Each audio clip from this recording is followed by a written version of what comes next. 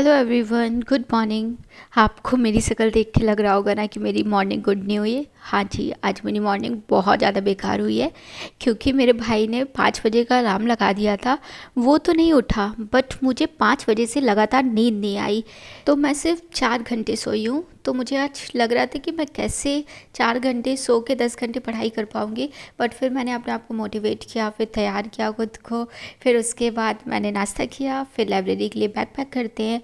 तो मैं अभी इस टाइम पढ़ रही हूँ इन्वायरमेंट एंड इकोलॉजी।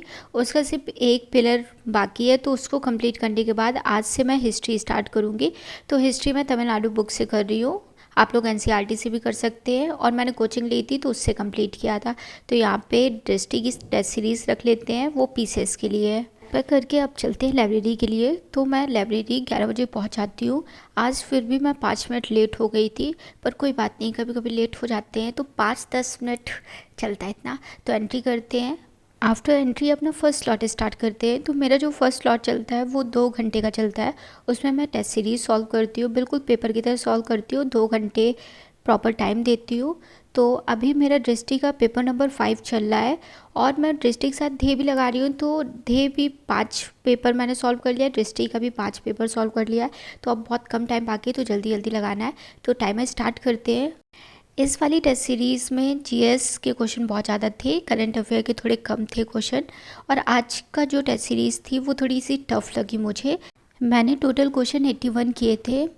क्वेश्चन थोड़े से कम थे बिकॉज याला पेपर मुझे थोड़ा सा टफ लग रहा था, और इससे पहले जो मैंने पेपर दिया था वो मुझे सही लगा था, बट याला थोड़ा सा टफ लग रहा था। जीएस से ज़्यादा करंट के क्वेश्चन टफ थे, लेकिन कोई बात नहीं, जितने क्वेश्चन किए बस उसमें ज़्यादातर सही हो वो मैटर करता है। तो इसका जो एनालाइज है वो मैं सेकंड हाफ में करूँगी, क्योंकि 2 घंटे लगातार आप पेपर देते हो उसके बाद एनर्जी ड्रेन हो जाती है। तो कुछ टाइम रुक के एनालाइज करेंगे तो ज़्यादा सही रहता है। तो टेस्ट सीरीज़ के बाद मेरा जो नेक्स्ट स्लॉट है वो है pillar 4 of environment and ecology. और ये वाला पिलर बहुत ज़्यादा इंपॉर्टेंट है, इससे ही ज़्यादातर क्वेश्चन पूछे जाते हैं। इसमें जो मेन इंपॉर्टेंट है, ओजोन से रिलेटेड, ग्रीन हाउस इफेक्ट से रिलेटेड, पल्यूटेंट से रिलेटेड, और बायोडाइवर्सिटी से रिलेटेड जितने भी कन्वेंशन हैं, जितने भी सीओपी हुए हैं, उसको अच्छे से याद कर लीजिएगा। मैक्सिमम क्वेश्चन इसी टॉपिक से आता है। और मुझे 12th की बायो की एनसीईआरटी मिल गई थी। ये जो 4 चैप्टर जो मैंने आपको दिखाए उसको प्लीज़ पढ़ लीजिएगा अगर आपको इन्वायरमेंट एंड इकोलॉजी को अच्छा करना है, बिकॉज इतने इजी वे में दिया है ना कि आप एक बार पढ़ लेंगे ना तो उसके बाद आप कभी नहीं भूल सकते हैं। एनसीईआरटी में वर्डिंग बहुत ज़्यादा अच्छी होती है। तो मैंने कुछ टॉपिक ना डायरेक्ट एनसीईआरटी से रिवाइज़ कर लिया है। तो आप लोग भी अगर इन्वायरमेंट एंड इकोलॉजी पढ़ते हैं तो पीडीएफ को डाउनलोड कर लीजिए। 12th की लास्ट जो 4 चैप्टर है उसको पढ़ लीजिए। मैंने ओजोन से रिलेटेड और ग्रीन हाउस इफ़ेक्ट से रिलेटेड जितने भी प्रोटोकॉल्स हुए, जितने भी सीओपी की मीटिंग हुई है, उसको मैंने रिवाइज कर लिया है। इधर पे मैं समरी बना रही हूँ जिससे मुझे ये पता चल जाता है कि मैं कौन सा पॉइंट भूल रही हूँ, और जिसमें मैंने डबल लाइन किया है या फिर सिंगल लाइन किया है वो बहुत इंपॉर्टेंट पॉइंट है, उससे रिलेटेड बहुत बार क्वेश्चन रिपीट हो चुका है। तो मैं कुछ आपको बता देती हूँ जिससे रिलेटेड हमेशा क्वेश्चन पूछा जाता है। एक क्वेश्चन तो सबसे फेवरेट है यूपीपीसीएस का कि कार्बन ग्रेडेड किससे रिलेटेड है, और दूसरा ये पूछ लिया जाता है कि इंटरनेशनल सोलर अलायंस किस सीओपी की मीटिंग में आया था, और कभी कभी ये पूछ दिया जाता है कि वर्ल्ड का नेट जीरो का टारगेट क्या रखा है, इंडिया ने क्या रखा है। तो ये कुछ इंपॉर्टेंट पॉइंट है, उसको अच्छे से याद कर लीजिएगा। तो यहाँ पे मैं वो रिवाइज कर रही हूँ, और जो भी इंपॉर्टेंट सीओपी मीटिंग है सिर्फ मैंने वो इंक्लूड किया है।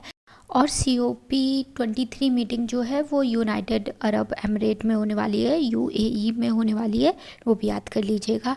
तो ये कुछ इंपॉर्टेंट पॉइंट था। वन थिंग मोर, इंडिया ने अभी पंचामित्र प्रोग्राम को लॉन्च किया है। तो पंचामित्र के अंदर जो 5 उन्होंने एम रखे उसको भी रिवाइज कर लीजिएगा। तो यहाँ पे मैं शॉर्ट समरी बना रही हूँ, तो उसको आप देख भी सकते हैं। अदरवाइज़ मैंने शॉर्ट नोट को कम्युनिटी पोस्ट में पोस्ट किया है, तो आप उधर पे देख सकते हैं। वैसे मैं 12th की एनसीईआरटी इन्वायरमेंट के लिए फ़र्स्ट टाइम पढ़ रही हूँ, बिकॉज मैंने कोचिंग ली थी अनअकैडमी से। तो जो टीचर ने मुझे पढ़ाया था वो बहुत अच्छा पढ़ाया था, तो उसकी रिक्वायरमेंट नहीं लगी। बट अभी मैं रिवाइज़ कर रही थी तो कुछ पॉइंट मिसिंग था, तो मुझे ये एनसीईआरटी बुक मिल गई। तो मैंने कहा कि चलो मिल गई है तो टॉपिक को अच्छे से क्लियर कर लेते हैं। तो अब मेरा जो लास्ट टॉपिक बाकी है वो एसटीजी गोल बाकी है, तो उसको मैंने जल्दी से रिवाइज़ किया और उस टॉपिक को रिवाइज़ करने के बाद आज मेरा फाइनली इन्वायरमेंट कंप्लीट हो गया है। तो अब बज रहा है 3, लंच करने चलते हैं, फिर नेक्स्ट स्लॉट स्टार्ट करेंगे। तो मैंने लंच से पहले एसटीजी गोल को रिवाइज़ किया था, लेकिन उसकी समरी नहीं बनाई थी, मतलब खुद लिख के रिवाइज़ नहीं किया था कि मुझे सारे गोल्स याद है कि नहीं याद है। एसडीजी गोल से रिलेटेड डायरेक्ट क्वेश्चन पूछ दिया जाता है कि एसडीजी गोल 4 में क्या बताया गया है, 5 में क्या है, 16 में क्या है, 15 में क्या है। तो डायरेक्टली एसडीजी गोल से क्वेश्चन आते हैं, तो इंपॉर्टेंट पॉइंट है, तो उसको अच्छे से रट लीजिएगा। तो यहाँ पे मैं रिवाइज़ कर रही हूँ, और आप ना अगर कहानी बना के एसडीजी गोल को रिवाइज़ करेंगे ना तो बहुत ज़्यादा इजी हो जाएगा। मैंने एसडीजी के लिए शॉर्ट स्टोरी बना ली है, जिससे मैं कभी एसडीजी गोल कभी भूलती ही नहीं हूँ। मेरे हमेशा क्वेश्चन एसडीजी गोल से रिलेटेड सही होता है। अब जो मेरा नेक्स्ट स्लॉट है वो है करंट अफेयर का। तो करंट अफेयर इस टाइम मेरी वीक पॉइंट है, क्योंकि मैं करंट अफेयर से रिलेटेड ज़्यादा क्वेश्चन को अटेम्प्ट नहीं कर पा रही हूँ। पर पीसीएस में 12 से लेकर 15 क्वेश्चन होते हैं, यूपीएससी में भी 10 से लेकर 12 क्वेश्चन होते हैं। तो करंट अफेयर तो बहुत ज़्यादा इंपॉर्टेंट है, बट मैंने ये चीज़ गलती कर दी कि मैंने बहुत लेट में स्टार्ट किया। बट कोई बात नहीं, जब भी स्टार्ट किया बस जल्दी से रिवाइज हो जाए, वो ज़्यादा मैटर करता है। तो अभी मुझे थोड़ी सी प्रोग्रेस देखने को मिली है, क्योंकि क्वेश्चन अब मैं सॉल्व कर ले रही हूँ टेस्ट सीरीज़ में। तो करंट अफेयर को मैं 2 सोर्सेज से कर रही हूँ। यूबीपीसीएस के लिए एक चैनल से कंप्लीट कर रही हूँ, दूसरा घटनासार है, घटनासार से कंप्लीट कर रही हूँ।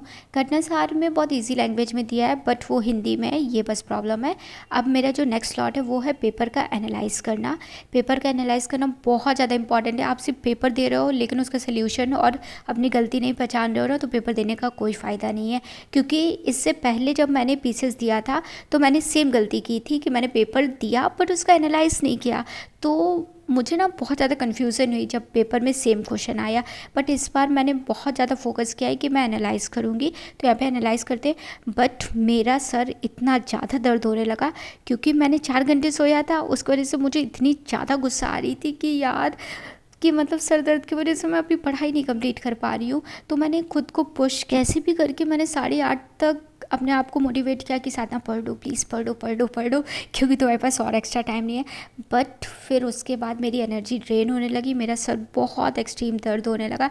फिर मैंने कहा कि मैं अपने आप को अगर ज़्यादा प्रेशर करूँगी तो मैं कल नहीं पढ़ पाऊँगी।